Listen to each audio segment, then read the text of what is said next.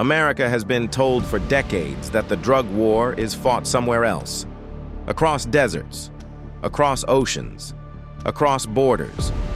But the truth is far more uncomfortable. The real war is happening inside the mind of the American consumer. And tonight, we're going to face a truth almost nobody in power wants to say out loud. The United States cannot win the drug war because it refuses to dismantle the engine that drives it. The engine is demand.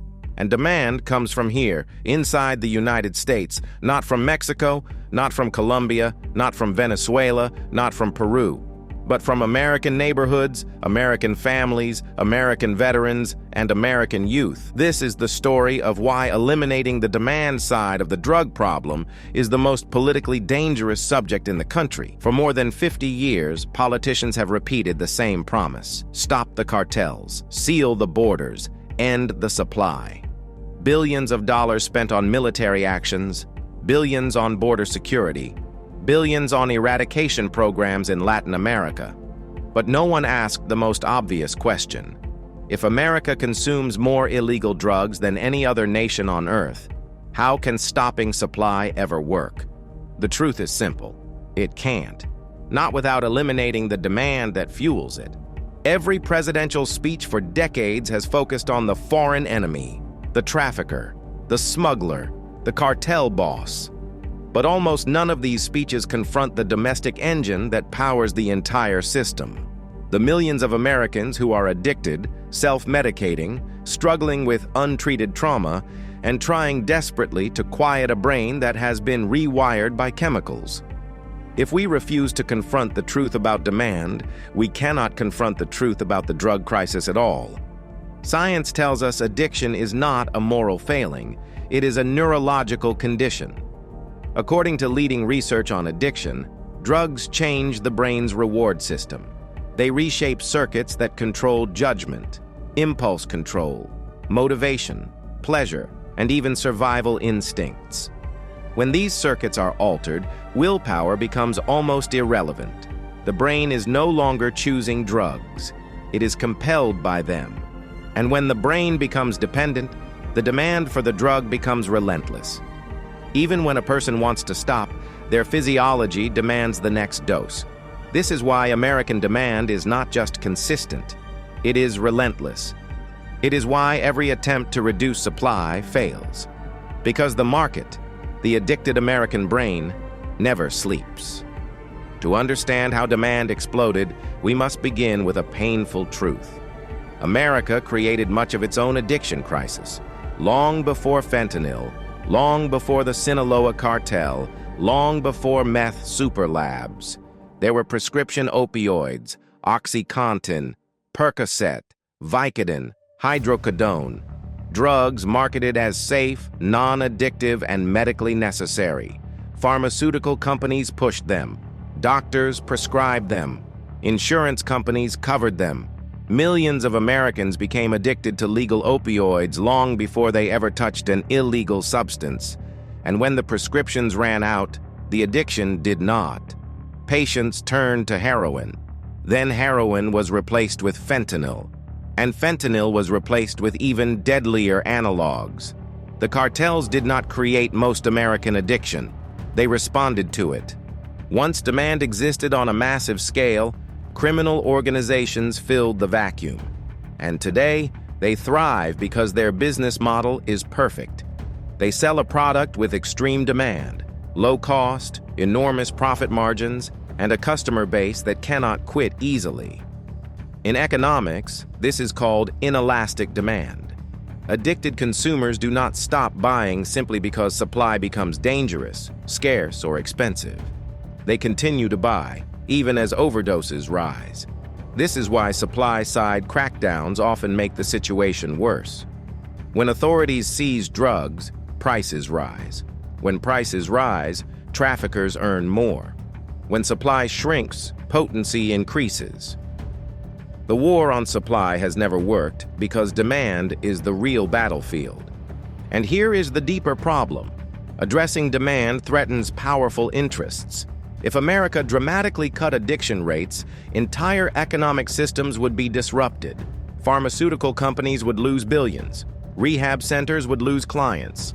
Insurance providers would face new regulations. Law enforcement agencies would lose huge federal grants. Private prisons would lose occupants. Political campaigns would lose major donors. And government budgets would shrink. Reducing demand is not just a public health challenge.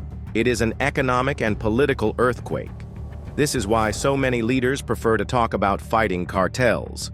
It is easier to blame a foreign enemy than to confront domestic systems that profit from addiction. Meanwhile, the cartels study the United States with precision. They track overdose patterns. They monitor prescription trends. They follow treatment statistics. They analyze border seizures like Wall Street analyzes stocks. American pain is a market indicator. Trauma is a sales forecast. Every overdose signals demand. Every relapse signals demand.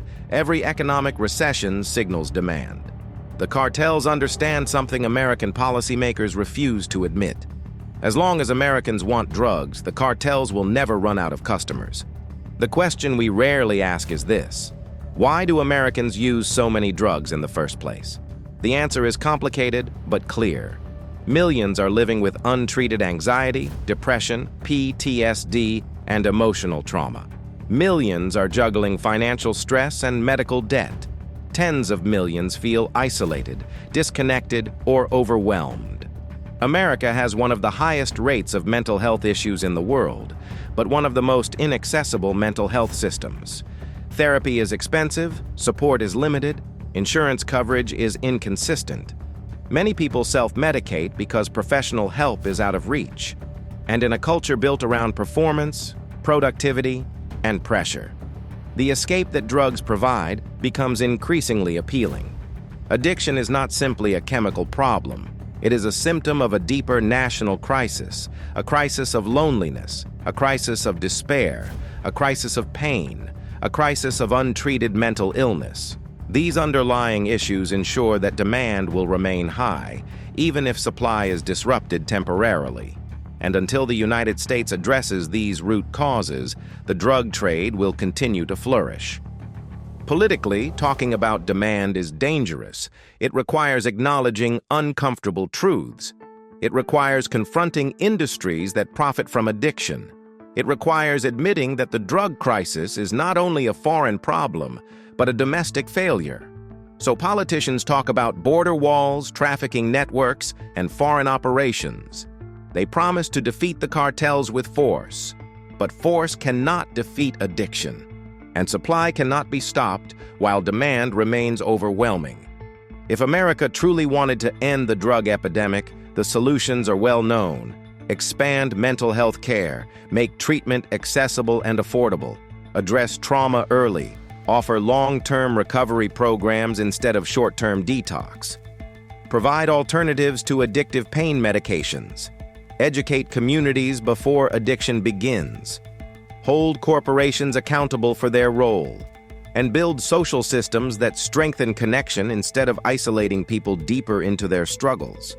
If these steps were taken seriously, the number of addicted Americans would fall, the market would shrink, demand would weaken, and the cartel's business model would collapse.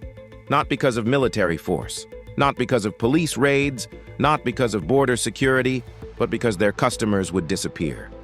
The uncomfortable truth is this: the drug war will never be won abroad until the battle for American mental health is won at home. The cartels are not sustained by Colombian jungles or Mexican mountains. They are sustained by American suffering. When the suffering is addressed, the cartels lose power. When the demand dries up, the supply fades. And when America decides to confront the crisis within its own people, the drug war shifts from an endless conflict to a solvable problem. Until then, the cycle continues. More addiction, more overdoses, more fear, more violence, more profits for those who exploit the vulnerable. The drug war is not a war against foreign enemies. It is a war against the untreated pain of millions of Americans. And that is the truth many are afraid to speak.